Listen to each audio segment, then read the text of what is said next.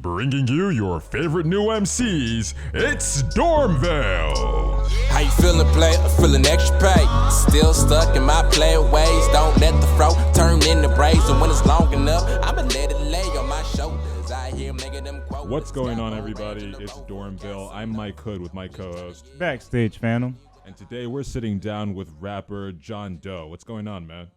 No, man, what's up with you, man? Just chilling, trying to enjoy the day, you know what I'm saying? Yo, for those of you who do not know, Jahn is a rapper based out of Dallas, bro. So, right around our corner, our neck of the woods. So we have our very own person right now. Like, usually we have people from God knows where. I mean, just not God knows where, just people from across the country. But this is our first artist from Texas. We have to represent. Yeah, most definitely, man, most definitely. And just like a sidebar, I'm originally from California, but I moved to Dallas in high school, and I'm based in Dallas, So I just don't, do anything confusing like that. But yeah, man, it's nice to be in Dallas. Nice to be, back in the DFW. I was in Oklahoma for a little bit, now I'm back, so it feels good to be back. Yo, that was one of my questions for you, because like the whole EP was like it had a Cali type vibe, and I was like, bro, how is he from Dallas? But this sounds like he's straight out of California, bro. Like, this doesn't make sense. I was like, Yeah, man. So I'm originally born in the 909, the Inland Empire. That's like maybe 40 miles east of LA. So I'm from Southern California. Grew up there, born and raised, whoop-de-whoop. And then I moved to Dallas, I say 2007, somewhere around there, my freshman year in high school. And I've just been here since. Went to college in Denton, came back to Dallas, went to Oklahoma, came back, and now I'm here, man. So yeah, it's cool. Shout out to the Inland Empire and shout out to Dallas, man. Nothing but love. You know what I'm saying? yo, what was the reason that you moved to Oklahoma? Was it music based or was it just like school based? I went to Oklahoma actually for work. I was a teacher. Well, I'm teaching, so I had a job opportunity out there, but the education system out there, so that's another time for another day. But it just messed up, man. From the price, from the salaries teachers get to the infrastructure of the districts and all that stuff. So I decided, man, let me come back home in Dallas and try to find a job there. And when I came back to Dallas, that's when I seriously got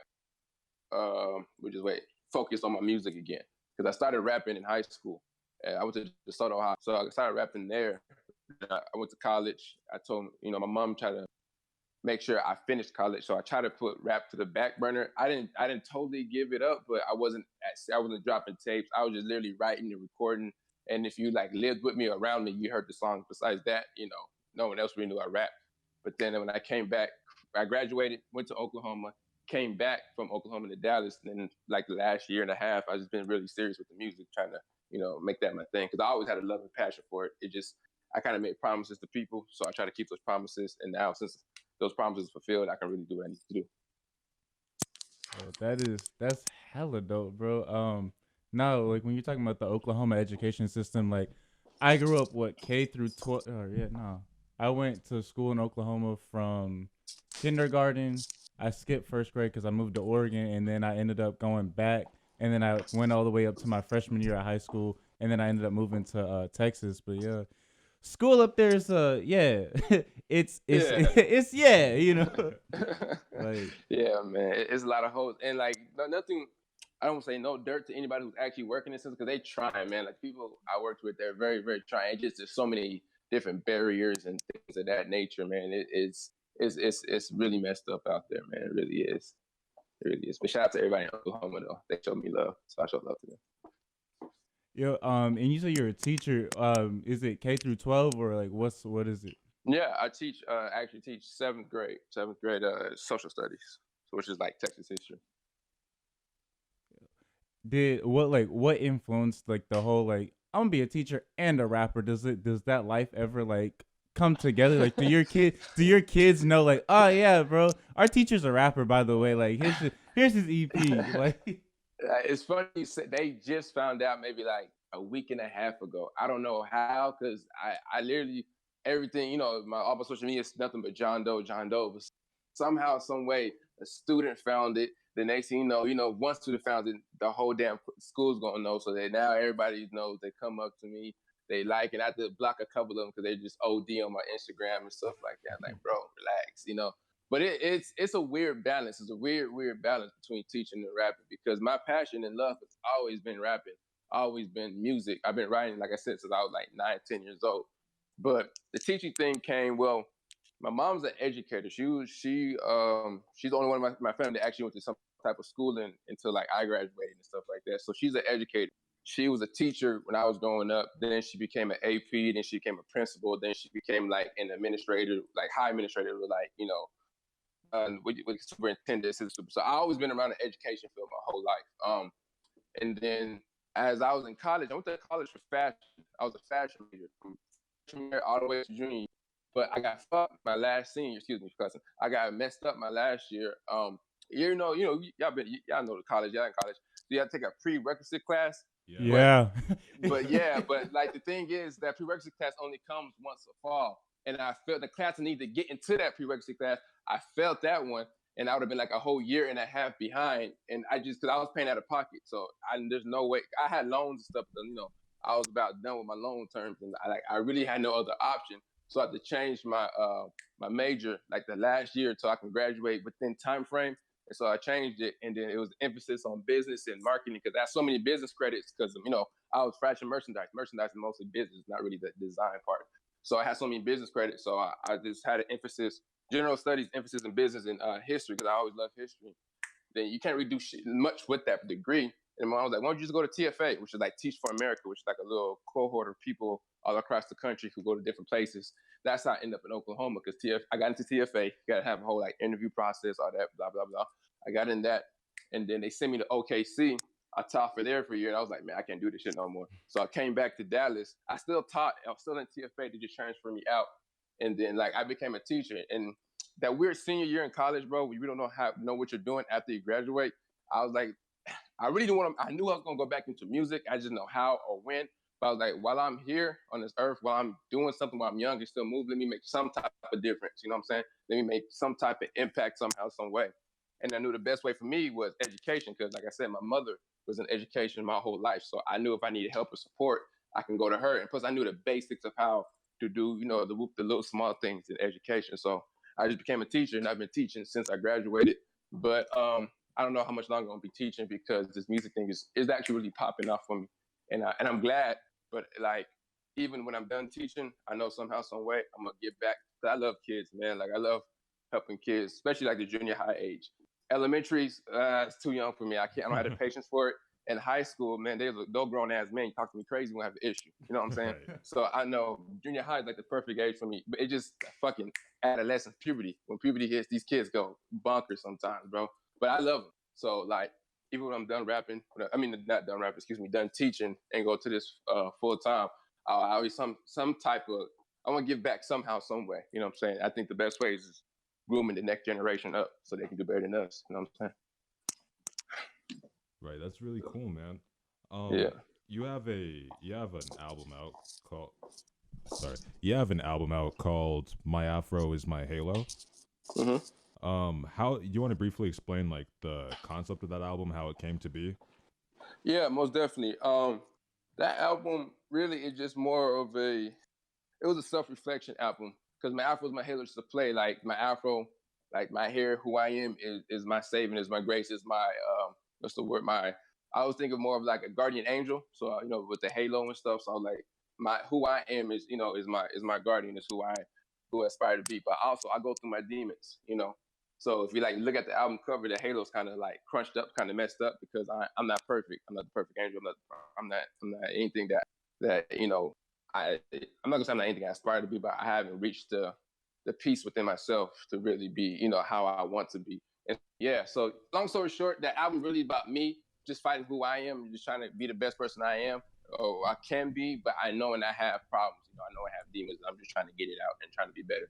But I just dropped the EP in October 23rd called Calle Feliz. It's on every major streaming network, so you guys can check that out. Now, I'm also dropping a new project in December, so I'm just trying to get as much material out there as possible so people, get to hearing me. And I also got a show, the 22nd. I'm opening up for Dave East. Right, bro. So, yeah. So I'm just trying to move, man. Really just trying to get as much product out there as possible. because I pretty much took the trap and mumble blueprints. Because if you look at those type of rappers, yeah, people like to talk about. I pretty much I like mumble rap, if you want to call it that. I like trap rap, but what I really respect what those dudes are, they put out a lot of material. You know what I'm saying? They keep their name fresh, and that's what I was trying to do. Just this whole year, I'm trying to create more and more material, and I'm gonna try to do that for the upcoming future. Not oversaturate my own product, but at the same time, just make sure people know that I'm moving. I'm not just sitting here. Because a lot of artists would drop like one project a year or two projects a year, and you won't hear from them again, which is cool. If it's you, do you. But I just, I'm at the point where I'm just trying to get as much traction as possible, and the only way you can really get that traction is people keep seeing you. You know what I'm saying? They keep hearing you, stuff like that. So I'm just trying to keep that movement going. That's all. Yo. But yeah. Bet. Yo, that's facts. On My Afro Is My Halo, there's a song, and then you say, I think it's the last song on the album, and you say everyone's caught up in the branches but ignore the roots. Like, can you elaborate on that for us? Yeah. So that's Make It Home.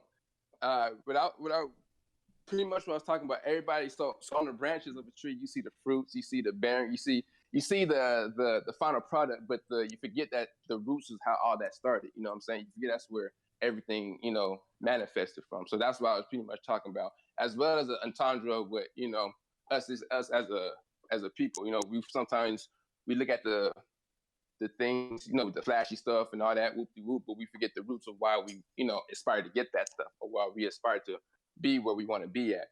Sometimes we forget our history, our beginning. So it was just pretty much, I was playing it on both sides of it that way, pretty much. So, everybody can relate to it. But yeah, thanks for picking that up. Most people don't pick up that line. we always do at least like listen. It's like listen while you go to class, listen all throughout the week before the interview. Then we listen before the interview. So yeah, we make sure that we know what we're talking about before y'all get on here. Yeah, that's dope, bro. Sometimes the interview people just ask the same 10 generic questions and they just, it's done. But yeah, I like that, bro. Shout out to y'all for that shit. That was dope. And then and jumping right back into the music and Calle Feliz, bro. There's I don't know what song it is. I should have wrote it down. But you say that you went to school, but then you went in Greek. Like, what Greek organization did you join, and like what was that whole experience for you? Yeah, I'm actually I'm a proud member of Phi Beta Sigma Fraternity Incorporated, and Commerce. That's AZ, I believe. Yeah, Commerce Sigmas. They cool, man. Shout out to Commerce Sigmas. They show me love. I praise at TWU, Texas Women University. A lot of people don't even know we have Sigmas there, but we do. We've been around for almost 10 years now. So I just left my undergrad probate on Friday. But to answer your question, what the process is like, the process was bullshit, dog. That process is hell, man. Like it's something like it's hard to explain unless you go through it yourself. You know what I'm saying? Because each process is different, and each line is different, each chapter, each school is different.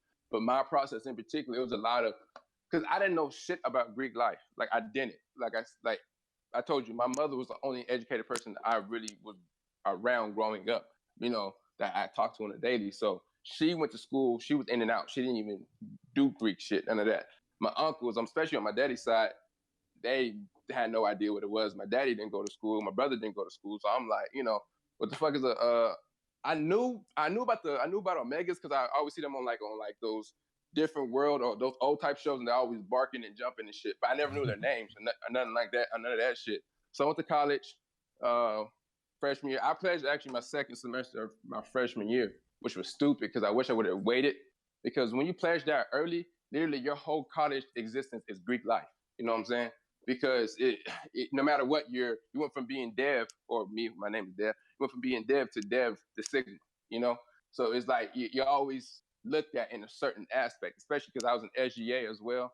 I worked at the rec. I was very involved on my campus. So like, if I could go back, I probably would have waited a year. I still would have pledged done that dumbass shit, but I probably would have waited a year instead of pledging my freshman year, because like from sophomore year on, I was engulfed in Greek life. And as you guys know, Greek life can get real overwhelming sometimes. It could be a lot of bullshit in Greek life, man. It's just, I don't know. But like I said, I don't regret it. But that pledging shit was, in my intake into the organization was it was different, man. It was a different experience. I've never experienced stuff like that in my life.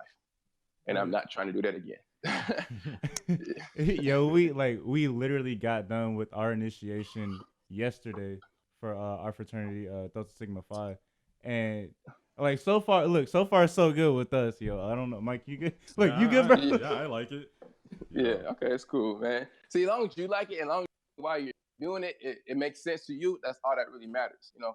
A lot of people go Greek and then like they go Greek for the cliche, you know, the wrong reasons and stuff like that. Which we say that, but we don't understand the impact those people really have, because you know, because whether you like it or not, now you're always going to be associated on that campus with that Greek association or that organization. So you have to a certain chip you wear, even when you know you're not even thinking about it subconsciously. You're always like, God damn, because if I do something wild, it's not just Bob doing it, it's Bob the whoop doing it, you know. And so that comes back to my chapter, comes back to my organization. Not only that, those little seeds that you plant in your organization, they grow whether you like it or not. So if you got a lot of bad seeds, a lot of bad energy in that chapter, that chapter is not going to be successful, you know. And the people in that chapter are not going to be successful on the aspects and the ways they want to be successful.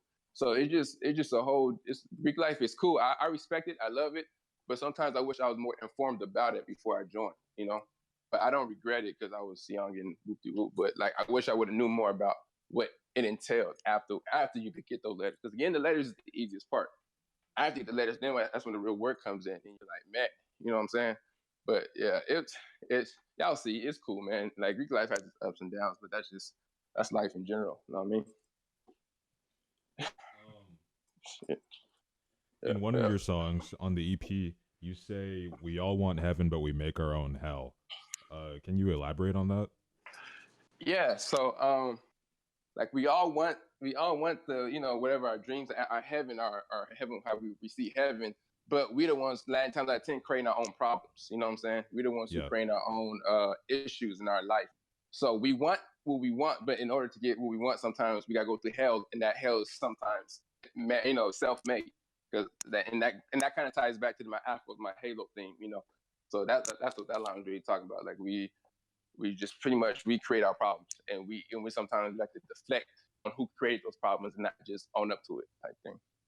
Do you think that like that's a larger problem? Like since you work with kids, do you see them like do stuff like that? Like they're all like, yeah, man, I really want to pass. I want to pass Jahn Dough's class. Like they don't call you that, but it's like they're like, I want to pass Mr. Dough's class, but then they're just like, damn, this shit hard. Like why he really out here giving out quizzes like this? Like what's really going on? Like do you see like that in them, and so like that influences you to write that stuff, or is it more like personal introspective type thoughts that make you write your music?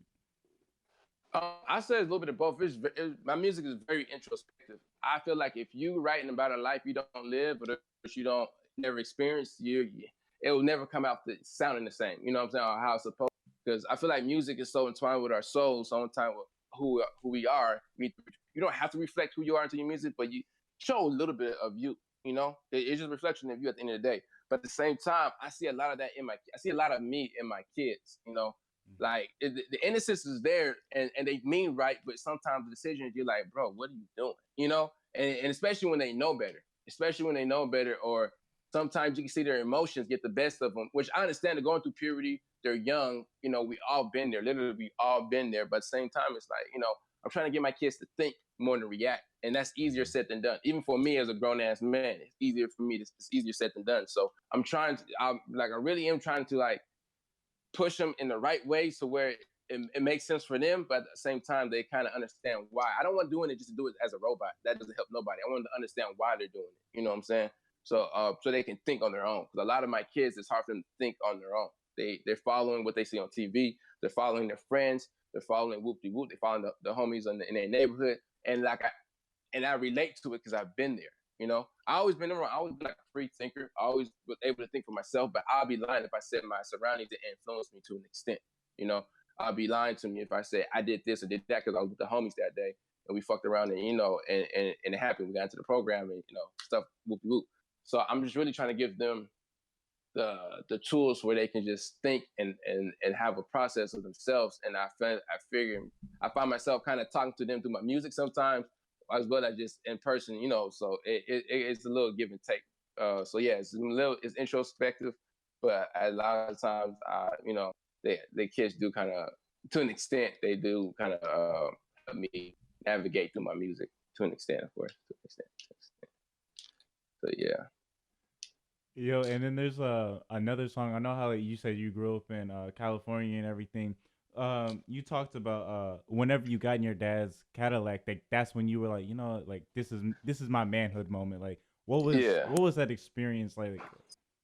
man, it was a feeling where pretty much you felt like you was that dude. You know what I'm saying? Because my whole life I seen dudes in Cadillac, Caprices, all that, and it's not the luxury car, but they made that bad boy look nice. They made it feel like it's if you riding in that thing, you that nigga for lack of better words. And when I was in my dad's Cadillac, it was 83 Seville. When I was in my dad's Cadillac, especially when I was like, because I was like 13, 14, he let me drive it sometimes around. I hope no one listened to that. But it's like I just really felt like I couldn't be touched at the time. Like I felt free, for lack of better words. I felt like, man, like I'm here. It's just because not only was it my dad's car and it was a nice car at that, it was just that when I wrote that, people looked at me. I don't know if it's because I was 14 driving or whatever, but I got people's eyes on me, and that felt good to finally get recognized for something. And it's a trip how that plays into us, because that's why I think we buy all those golds, we buy all these chains. We want some type of recognition for something. That's why you see a lot of people get these Ferraris and all this stuff on the outer side where people say, "Oh, that's nice," and we try to equate that nice feeling to ourselves inside. You know what I'm saying?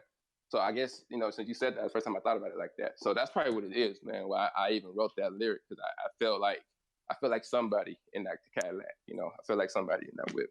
Would you say that like that was your jumping off the porch moment, becoming a man, and seeing like, you know what, this is who I really want to be. I want everybody to have all eyes on me so I can show what I got going on.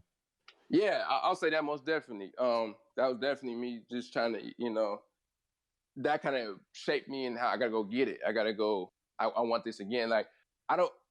I'm a shy dude. I don't talk much in public. I don't do nothing. But I want my respect, if that makes sense. I want my recognition. I want to walk in the room and people know who the fuck I am.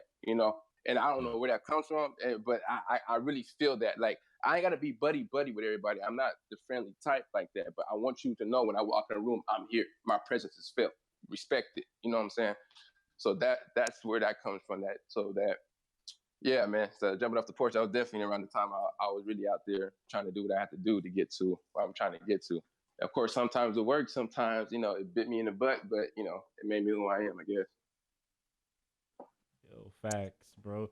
I know like on social media, especially on your Instagram, you've been really plugging that the Dave East concert. So like, how did you even like get like in the contact to be able to open up for someone like Dave East?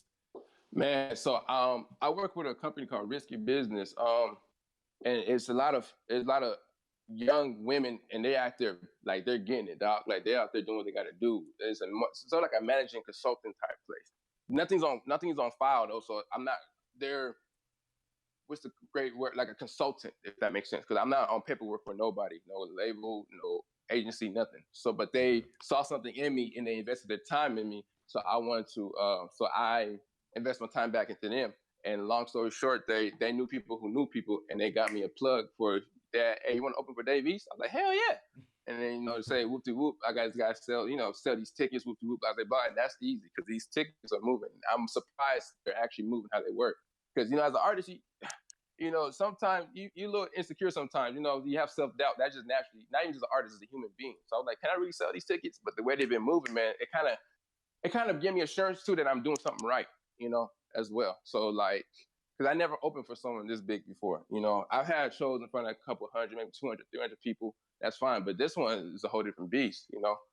And I just love to have the opportunity to display my music in front of a whole bunch of people who probably never heard my name before. So, because when they leave that room, they're gonna remember me. That's my goal. You know what I'm saying? To make sure they remember me when they leave that the stadium or whatever the facility. So that's how I got that plug, really, because the lovely women at Risky Business, and they plugged me in with the right people, and I was good to go after that. What was the best part about making your EP? Uh, the best part about making it in Calle Feliz, because Calle Feliz is the actual street I grew up on in California. So it was more like, especially Reflections, it was more of a reminiscent project, of me back in California. Mixed, of course, some of it mixed with me back in Texas, but a lot of it was like me just running around, especially like Reflections. Um, What else? You could say closing words. That was more of a reflection when I was back in California. So it was more of just a reminiscent piece. Like the house was my old house back in California, and the cover, the street, my street, the block that because I live in the cul-de-sac. That's the cul-de-sac. It just felt good. It was like nostalgic more than anything. The cover and the tape. And of course, I had to put up a little bit more recent stuff just to get the stuff people popping. But yeah, it just felt good to do that because that's where I was raised at. How did you do like not how did you do what was the process behind the song Layers? Because that's one of my favorite songs on the EP. Yeah, Layers. I come from my father's not formally educated, but he's very, very intelligent, if that makes sense. He didn't go to college, he barely graduated high school and all that, but he's very intelligent in the world. And since I was young, he always told me to spread love and peace, especially among my people, the people I love, like the people in my community. So, long story short, I just felt myself growing up. When I was young, that was real prevalent. But as I got to like high school and maybe early college, like I'm not gonna say I changed, but like I became a little bit more hardened to certain stuff, especially like if I see that dude over there and I don't know him from a different neighborhood or whatever, I'm like, who the fuck is this nigga? You know what I'm saying? Like it went from loving my people into like just not trusting nobody, even if they look like me. So Layers was more of me just, telling myself and telling the other brothers to like, just because you don't know him or just because you may be from a different city or whatever, different block, there's nothing wrong with showing them love. Nothing wrong with, they're not your enemy, like you know who your true enemy is. And just because you don't know somebody, because you ever like go somewhere, especially like, I don't know, somewhere in public, you give somebody a head nod and they just mean mug you or they mean mug you. Facts, bro. Yo, facts. You be walking to the cafeteria, bro, and like you just see somebody like, oh, you all right, class with you, like whatever, and you look at them and they make like perfect eye contact with you. You hit them with what's up, nothing. I'm like, oh, all right. Right, exactly, and that instance was what actually inspired the whole verse. Like the whole other one was the back piece to it, but that inspired it. And I was like, damn, was I like that to people? You know what I'm saying? Like, where the fuck did that come from, bro? Like, I really just trying to say what's up. So, yeah, that's where my verse came from. And then I had my boy Middle Eye. I told him the whole background of it. He did it. And then Mecca just killed it. Like, Mecca, Mecca's so fucking talented, man. That's a singer who finished the song for us. And, like, yeah, so that was one of my favorite songs I've ever did was Layers. One of my favorites was Layers, man, because it just came so beautifully, from the message to the verses to the switching the flows between me and Middle Eye to Mecca just, serenading out at the end. So yeah, it was a real dope record. Yo, you seem like in all of your work, you seem to like work with hella talented people. Like, how have you come into contact with all these like phenomenal artists and whatnot? If I could be real with you, almost 80% of those featured artists, we went to college or in the same college. We went to Denton. I went to Texas Women University. But most of my features, they went to UNT, and they used to have stuff, like open mic nights in Denton. We used to have PJ, like Poetic Justice, like spoken word. So I met all these people in Denton, and it just so happens they take their craft and music seriously that we kept in touch throughout the years, and we're still making music together. And if you, like, B. Anderson went to UNT, Coach Ted went to UNT, Mecca was in Denton at the time. Even my producer, Patillo, he went to TW with me for a little bit, then he went to UNT. So it's like, besides maybe like one or two, most of it, even Rod, who did the poem before Layers, who did the spoken word, he went to UNT. He's actually a sibling from UNT. So it's just like, I pretty much came up in the small circuit with these people, even when I wasn't even making music that seriously. I always, for some reason, I guess, attracted toward the artistic, crowds. And then as we got older and we started making music for real, we just kept, in touch. It's like a little circle of us, little clique. Like we're not together as a group, but all of us work together. We record at the same place. We get our stuff mixed at the same place. Most of us be on the same ticket half the time. It's just a real dope little scene that's happening. And I'm proud of it because I've seen these people work 3, 4, 5 years to get where they're at now. So it's cool, man. It's real cool. And shout out to everybody who helped me create that, man. That was a dope piece. Yo, what is next for you at like after this Davies concert? What is next? Besides, you said you have the more music coming out in December. Oh, it's December now, huh? Yeah. So after the Davies concert, I got a tape coming out with my producer Patillo on the 31st. It's only 4 songs, so I might drop a visual or 2 for it, but I'm gonna drop that, and I'm getting ready for an album in June, like an actual album. I'm trying to get the features right now and all that stuff, and really, man, just working, just trying to get as many shows as possible. I'm back and forth between here and LA a lot. So even though I teach, I go out there on the weekends, or I take like a day off in the week or something when I have to. But yeah, really just going back and forth between LA and Dallas, trying to get the stuff off the ground, and just getting ready for my album and working, man. Get as many shows as possible. Really, just trying to get out there, just trying to stay active, make sure people understand that I'm still here and not going nowhere. What have you ever received any advice that's changed your music, changed your sound? Hell yeah. So my very first tape I dropped was called 7203. It's only located on SoundCloud. It's called 7203. That was the very first thing I ever like formally recorded since high school. And so I have a really good friend named B. Anderson. B. Anderson was my friend before we became like music quote unquote collaborators. That's like my actual friend. Like that's my dude from college. And like I recorded all of my afros, my halo we was in his house, in his closet for hours during the summer, recording that thing. And basically what he kept telling me was, you can write very well. He always told me this, you're one of the better writers I know, but you need to work on your delivery, your flow. You need to work on how you pronounce your words and using your voice as a instrument and not just a sound box. And I was like, damn, I didn't really think about that until I thought about the flow, of course, but I never thought about the voice, how I reject my words. And because I have a natural raspy voice and like it's really, really mumbly sometimes too. And he said, just use that to your advantage more than anything. Like, especially like on, what is that, Worldwide? Like, that's my natural raspy voice. He said, that's great. Now learn how to like pronunciate your words at the right time. Learn how to, how to emphasize a word and in the right line so people feel it. Because 7203, my very first tape, he said I had a lot of nice like bars in it, but no one felt it because I didn't say it right, or it got lost in whoop-de-whoop, whatever it may be. So that was some of the best advice I got, which is, change up my flow, practice your flow every day. Because it don't matter what your message is. If they don't feel the message is lost. You know what I'm saying? Yeah. So I really was trying to just work on that. Another great advice I got was from my engineer. He said, I need to find beats that fit my pocket, because every nice beat isn't meant for you. And that was a hard pill to swallow, because you get a beat, you like, damn, this shit fire, whoop-de-whoop, blah, blah, blah. Then you spit on it, and like, it just didn't sound right when it came out. And then he was like, yo, every nice beat you hear is not for you. You got to know your sound. Your target range, whoop-de-whoop, blah, blah, blah. And that was great advice. And just outside of that, it just people just, my circle just telling me to be patient. Patience is key. Because we live in a microwave world, you know what I'm saying? Especially me, I'm not perfect. I'm not excluded from it. I want shit like this, step of a finger. I think I should be on Fader right now. You know what I'm saying? I think I should be at hosting or opening up for Coachella or something.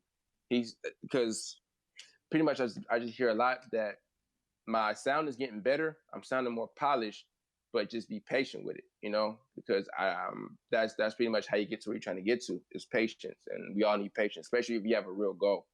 It's going to be valleys, going to be lows and ups and downs and all that stuff. But the patient one usually wins, And if you stay true to yourself, stay true to what you believe in and what you stand for, then everything else will just follow. Everything else will fall in place, type thing. So that was some really good advice.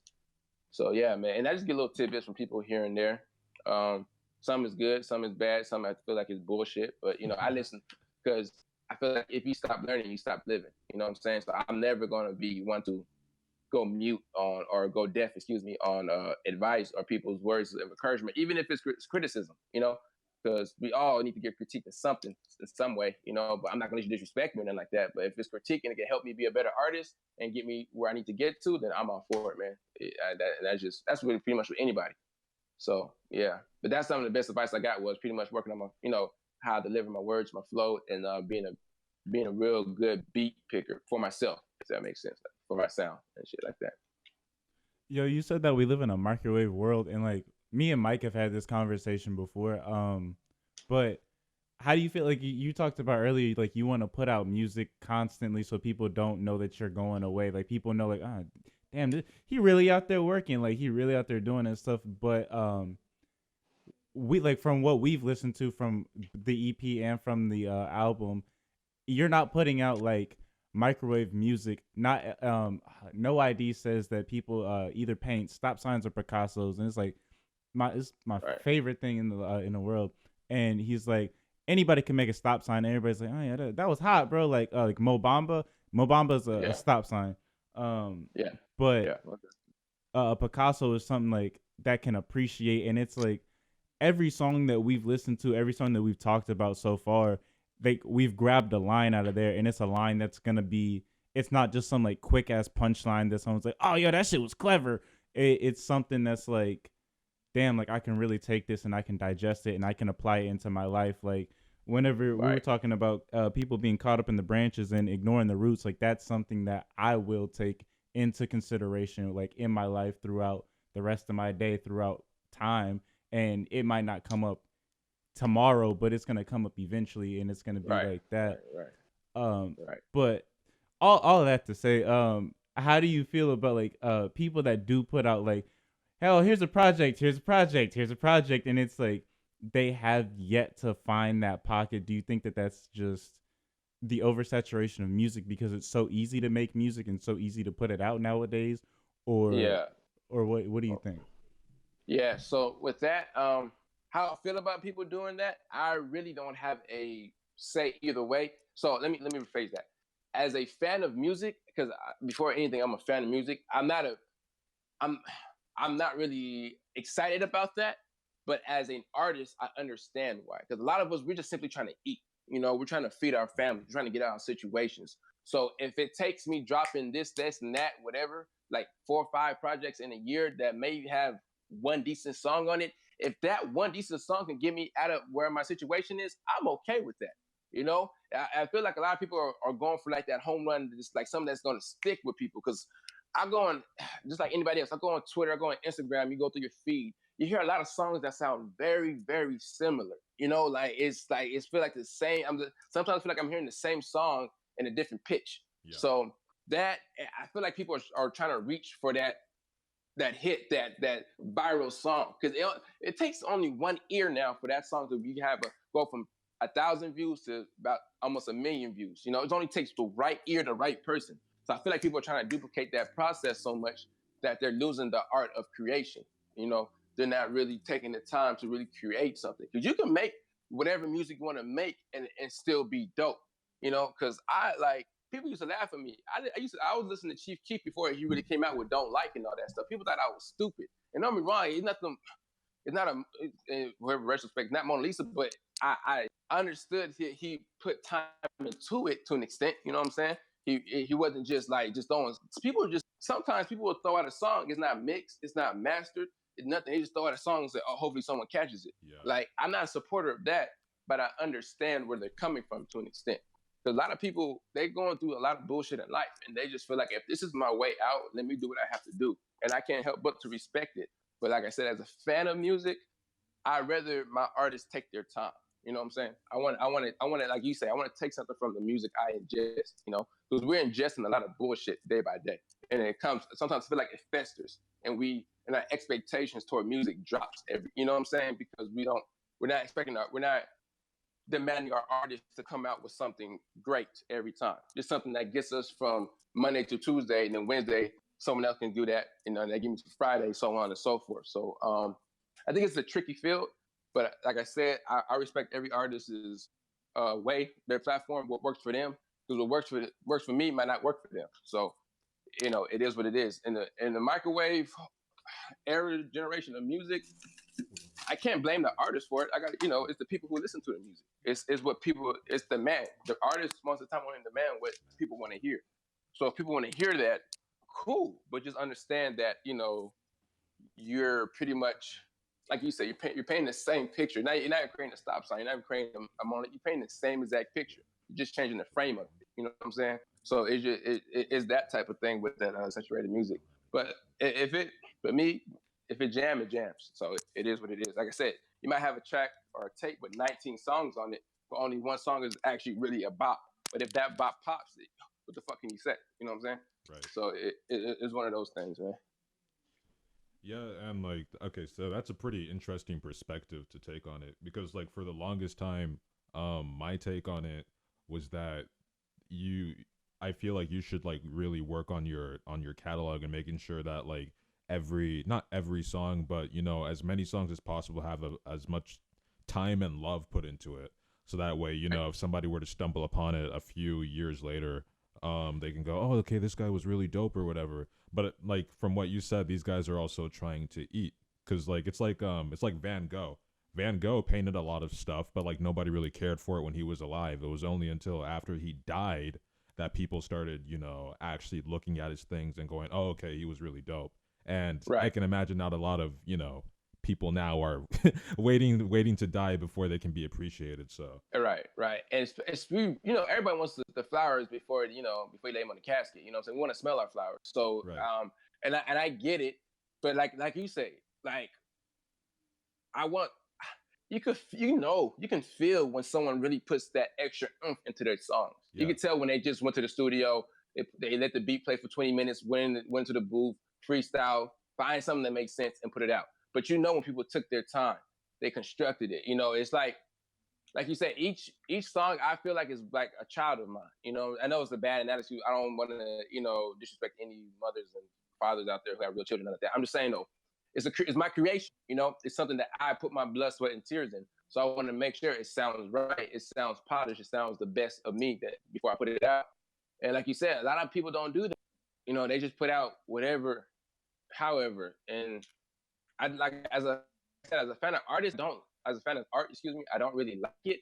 But as an artist, I understand where they're coming from. I understand that, especially in certain pockets, certain because people like to act like there's not subgenres in hip hop. There is. There's plenty of subgenres. Not all hip hop is created the same.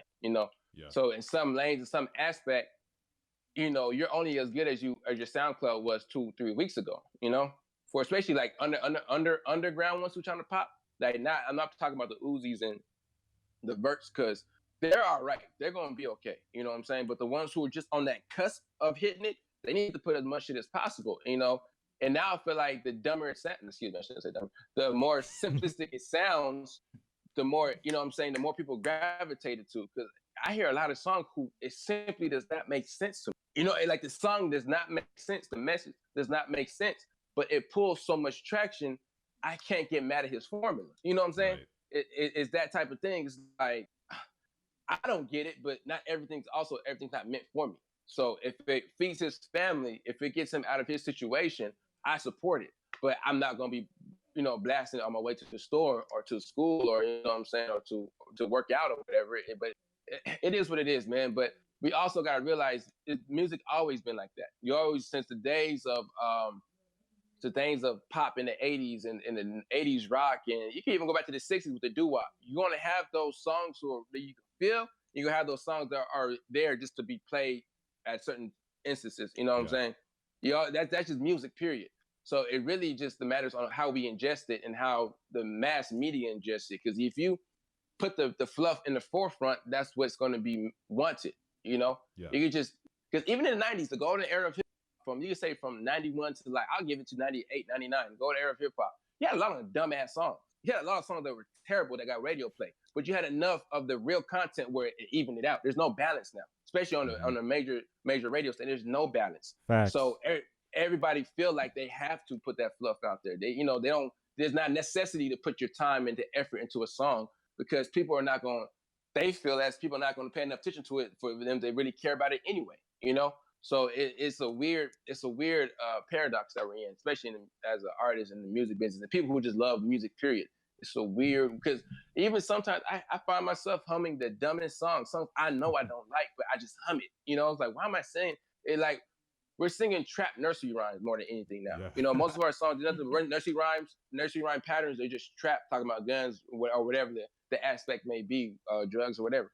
So it's just like, I don't know, man. We just got to be careful as listeners of what we ingest. But if you like it, go ahead.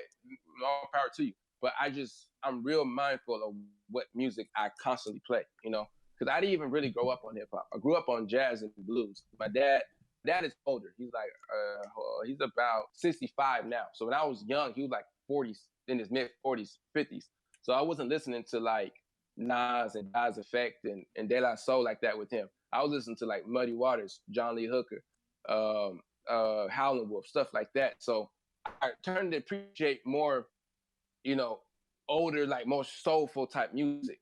And the hip hop soul, I didn't really get into like, you know, De La Soul or Trap Call. I didn't get that to about 8th grade, 7th, 8th grade. My cousins finally put me on it. Because if it wasn't old school, all I was to like was super West Coast music, like Exhibit and Corrupt and, you know, and stuff like that. So like my ear for music is very tailored for me. So when I hear this new stuff, is sometimes it's a struggle, but at the same time, I'm not gonna lie and say I don't bop my head to it sometimes or lie like it's not catchy, because it is. It's just a different platform, a different ear for it, you know. Yeah. And that's pretty much it. And that's where most of like the new wave is going anyway, towards more melodic and like earworm type music, kind of like pop, pretty much. Exactly, because now hip hop, we're the most popular, you know, brand of music in the world. Yeah. Imagine saying that when we were like 10, 11, 12, we thought you was crazy, you know. But now, so we got to tailor our sound sometimes to what the masses want, and like you say, that goes to that melodic, because we hear a lot of melodies now. 10 years ago, we didn't hear these many melodies in songs, you know. But now it's the, and even sometimes I catch myself like it's crazy. He said that. I had someone at one of the last shows I went to. He was just, you know, he was raving about my music and stuff like that. I'm not trying to put it back on me, but he said, "Yo, you need to add more melodies and stuff to your songs, man. You know, it'll really take it to another level." And I never really thought about that. I'm about the most fundamentally old school type hip hop fan you'll meet. Like I'm type of dude, 16 hooks, 16 hooks, 16, and and come out. But it doesn't really work like that no more. You know, like like that's not gonna get you where you trying to get. If you just want to make music, and you know that's cool. But if you like want to like make this a career and have people, you know, you're wrong. You can do you, but you have to sort of play the game at the same time. You know what I'm saying? Like no one wants to hear a whole 16 album tape of someone like Nas just spitting, you know, just spitting to be spitting. They want to hear melodies. They want to hear super extra OD bridges. They want to hear beat changes. They want to hear all that stuff. You know, they want to hear a lot of clap, a lot of stomp. So it's like you got to play into the hands of the crowd, but at the same time stay true to yourself. And I think that's probably the hardest part. You know, trying to find that middle balance of being who you are, but at the same time understanding who your audience is, or who people listen and what people want to listen to right now. So yeah, it's a trick, man. It's a trick. I think with what it is, like with what you said about being true to yourself, and then going back to another thing that you said about being mindful of what you listen to, I think a lot of these rappers now, they don't have like a good base of like what exactly to listen to. They're not really conscious of what, you know, they're putting into their minds, because when you're listening to any art form, any form of music, you're kind of inheriting, for lack of a better term, a culture. You're inheriting other people's stories, and if all you listen to is like pop melodic rap about like drugs and all that, you're not going to have much of a good base or like stories to tell, or like any sort of awareness of what's going on in the culture. Exactly, and you hit that on the head. I really like to venture out in what I listen to music. Like I said, I grew up on jazz and blues first and foremost. So I love 60s rock, 70s rock, you know, like Jimi Hendrix and Queen and I like that shit. So it kind of gives me a different perspective on sometimes when I write. Same thing with old school. Sometimes I listen to Diggable Planets. You know, the same day I might go to Dead Prez, then I might go to, you know, Keith Murray or whatever it may be. I like to have a good repertoire, because if there's nothing wrong with hearing other people's stories, you know. I think that fundamentals, like little thing like that, is why I believe certain rappers in today's time, we should. I'm trying to choose my words correctly. Like when you listen to old school rappers like Rakim, Big Daddy Kane, you know, Melly Mel and all that stuff, we should be better than them for the fact that we have so much more material to go back to. We have so much more examples, you know. So like, when you think about like Rakim, who would he really have his stuff to go back to besides, of course, we had to go rapping wise. Of course, you can always go back to James Browns and Ray Charles and stuff. But when it comes to music, who did Rakim and his element really have to draw back to besides the people in his era? Because, you know, it was so new back then. Right. But now we can literally go through almost 30, 40 years of hip hop, and we can grab so much from those different generations to make even better music now. And I feel like sometimes we stop that. We don't either. We think it's too old, or we think we know, not say know everything, but we don't think it can apply to us. But people forget that history repeats itself. In some way, shape, or form, history is going to repeat itself. So I love to go back and listen to the old stuff and just what they're saying and apply it to 2018 from my point of view, you know? Yeah. And I feel like a lot of artists, they neglect that. They listen to strictly what they listen to in their subculture, which is fine. It's great. Do you. But I feel like sometimes you do yourself an injustice by not really, really expand as much as you can, if that makes sense, So we love to put ourselves in boxes. Oh, I'm this or that. I'm the whoop de whoop. Especially when it comes to music, Like for the longest, it took people forever to admit you could be a Jay-Z fan and a Nas fan. You don't got to be either or. You know what I'm saying? Just like the whole Kobe LeBron thing. We're so fixated on either or. I'm this. I'm that. You can appreciate both. There's nothing wrong with it. And I feel like as a society, especially as a culture in hip hop, we have that bad. We're either this or that. We're not a monolith as a genre. So many beautiful aspects and a lot of eras and a lot of sounds of hip hop. There's nothing wrong with drawing from everything and creating an even better masterpiece. Yeah. 10, 20 years from now, I hope another artist listens to my stuff and I inspiration for him to do whatever he needs to do for his music. And it's always, and you always feel that weird tension between either coastal, oh, this is West Coast music, this is East Coast music, this is Southern music. Even in 2018, I can hear what's happening in China if I wanted to right now, but we're still so fixated on putting boxes on each other. Like hip hop is world, like that's why I love the internet and social media, because it connects with the world. Like, a lot of it's bullshit. A lot of it is terrible. Like not the music wise, just like social media, because a lot of people are mean on social media, bro. Yeah. But anyway, a lot of this stuff is bullshit, but it's just so. It's crazy how we can connect with so many different people and draw so many inspirations and hear so many stories, yet we're so fixated on our block. Yeah. We're so fixated on our hood. We're so fixated on our state. Why? Like this little box in my hand could connect to like Hong Kong right now if I really wanted to, but I want to be stuck in Dallas, Texas. I want to be stuck in Pleasant Grove or Oak Cliff, but I can have a whole world and to go back on the original point, it's just like, I don't know, man. I wish more people took the time. It's research to research the music. Yeah. I'm a music junkie. I love music, and I'm not talking hip hop, just music. Period. I think music does something to the soul that few things can't. Because that's all music really is our soul speaking to us to an extent. That music is very soulful. It's very. I'm not gonna say you know a person from their music, but you get a good look on who they are or what they see or what they went through. Right. And I feel like we do ourselves an disjustice by just keeping our ears on the same thing over and over and over, because it becomes monotonous. It becomes boring to me, at least. Hearing the same type of music over and over. Like I can't listen to jazz all day. I love jazz, but I don't want to hear it all day, every day. You know what I'm saying? And that's with any genre. And like we're so. I don't know, man. It's weird. I'm sorry. I'm going to start rambling, but it's weird, man. That we as music connoisseurs, we're so fixated on one or two things, and we don't want to branch out when there's so much out there for us, and it's one click away from the phone. But we're sometimes we get lazy in comfort, So we're comfortable with it, we like it, and we just go with it. We don't want to expand, we don't want to challenge ourselves. So I don't know, man. All right. Yeah, before we go, is there anything that you want to plug? Yeah, actually, you said it like 2 or 3 times, but my Dave show, man, December 22nd, I'm selling tickets. I'm trying to get as many people out as possible. My Instagram is Jahn Dough, JAHNDOUGH 7203.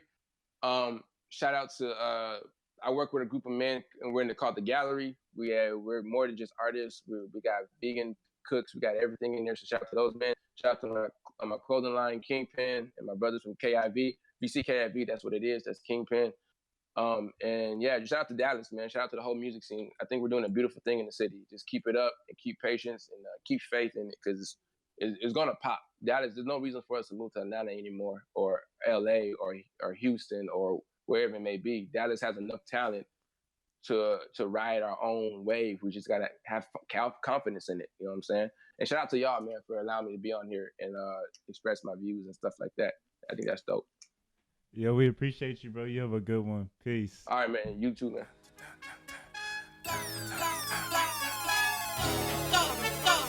To the left side, left side, left side, to the right side, right side, to the north side, north side, to the south side, south side, to the east side, to the west side, now we worldwide, now we worldwide. I got some dollars on me, I got some problems low key. That probably need some answers, but I'm caught up, mesmerized by my dancer. Backwood probably gon' give me cancer. Sweet tobacco, never been tacky. I'm on